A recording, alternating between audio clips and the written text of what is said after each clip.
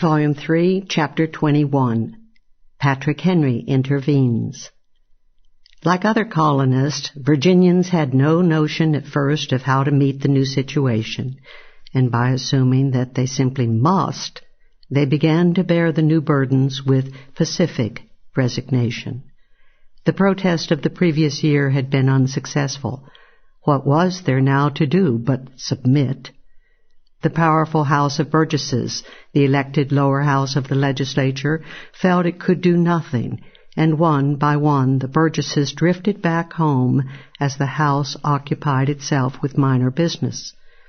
By the third week in May, only about a third of the Burgesses remained, and a merchant of Falmouth, Virginia, reported that talk about the Stamp Act had subsided much. Into this sleepy situation stepped a new member just admitted to the House, the brilliant young lawyer and orator Patrick Henry, Virginia's champion against the Anglican establishment in the Parsons Cause battle.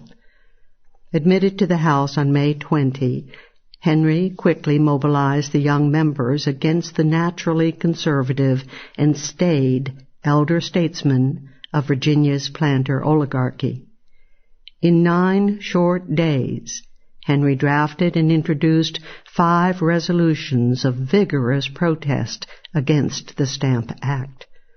A furious debate ensued over the resolutions. The conservative and timid ruling planter oligarchy of the Burgesses, led by Speaker John Robinson, former Speaker Peyton Randolph, Judge John Randolph, Judge Wythe, Colonel Richard Bland, Edmund Pendleton, and Robert Carter Nicholas, furiously opposed the resolutions. Against them was arrayed a lesser group of landowners, to be sure, whose main distinction was relative youth and daring. Leading the Henry group were young Robert Munford and John Fleming. It was not that the older leadership in any sense favored the Stamp Act. It had led the protest of the year before and would not be particularly opposed to the revolutionary movement in later years. If there was any class struggle involved here, it was largely a struggle of the classes of youth versus age, of daring versus a natural conservatism. The highlight of the debates was a fiery speech by Patrick Henry, who impressed young Thomas Jefferson as appearing to me to speak as Homer wrote. Henry cited the principles of English liberty and self-taxation as the fortress of freedom. Finally, Henry darkly and courageously laid down this famous warning: Tarquin and Caesar each had his Brutus, Charles I his Cromwell, and as for George III, he did not doubt that some good American would stand up in favor of his country. Speaker Robinson indignantly exploded that this was treason, as indeed it was to anyone who deemed the British king a proper sovereign thus betrayed. Robinson also denounced the other members of the House for not stopping Henry's treasonable remarks earlier. Henry, seeing that tactically he had gone too far, apologized, protested his loyalty to the king, and attributed the error to his passionate interest in his country's dying liberty. When other Burgesses then moved to accept Henry's apology, Robinson finally dropped his clear threat to proceed against the young representative. Although the 5 resolutions, the Virginia Resolves, were voted upon separately by the Burgesses, they actually formed a coherent and related whole. The first 2 of Henry's resolutions merely asserted the rights of every Virginian to the time-honored liberties and privileges of Britons. The third resolution declared the vital principle of self-taxation by the colonist as essential to the British Constitution. The fourth resolution pressed the colonies' right to be governed solely by laws passed by their own consent and approved by the royal governor. In short, it denied the right of Great Britain to govern the colonies' internal matters. All of these resolves were passed by the House of Burgesses on May 30 by a vote of 20 to 17. The fifth resolution was more sharply edged, but was actually implied in the third. It resolved that therefore the General Assembly of this colony have the only and sole exclusive right and power to lay taxes and impositions upon the inhabitants of this colony. Any attempt to place that power elsewhere has a manifest tendency to destroy British as well as American freedom. A bitter debate raged around this final action resolution, which passed by the narrowest of margins, 20-19, with Speaker Robinson anxiously ready to vote nay should the vote be a tie. The Henry Radicals then offered two culminating resolutions.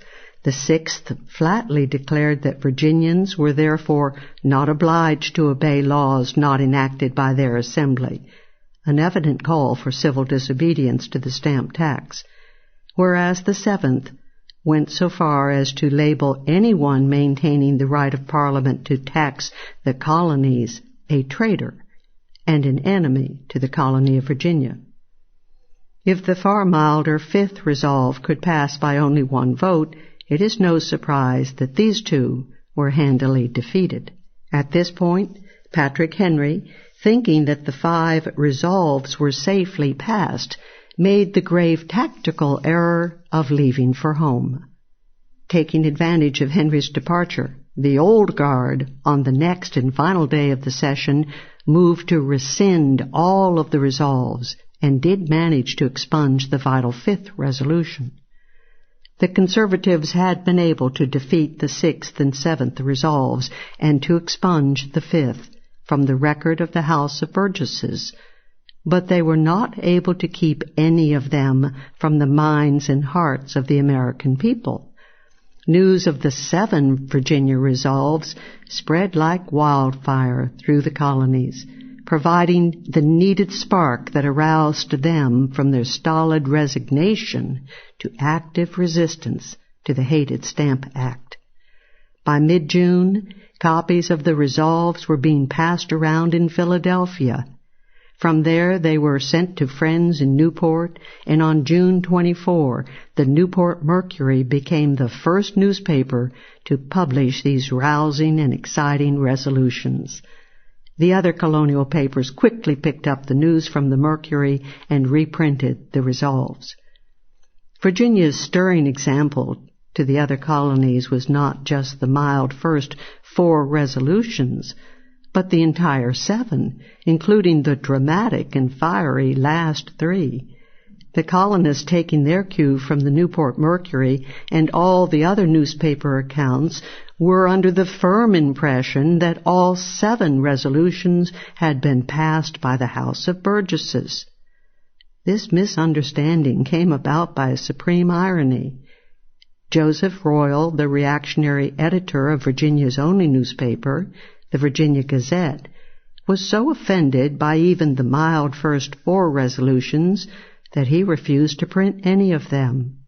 As a result, the papers in the other colonies could only receive their information unofficially, and Henry and his radicals, in a master stroke of tactics, took care to feed all 7 resolutions to the press, as if they all had passed the House.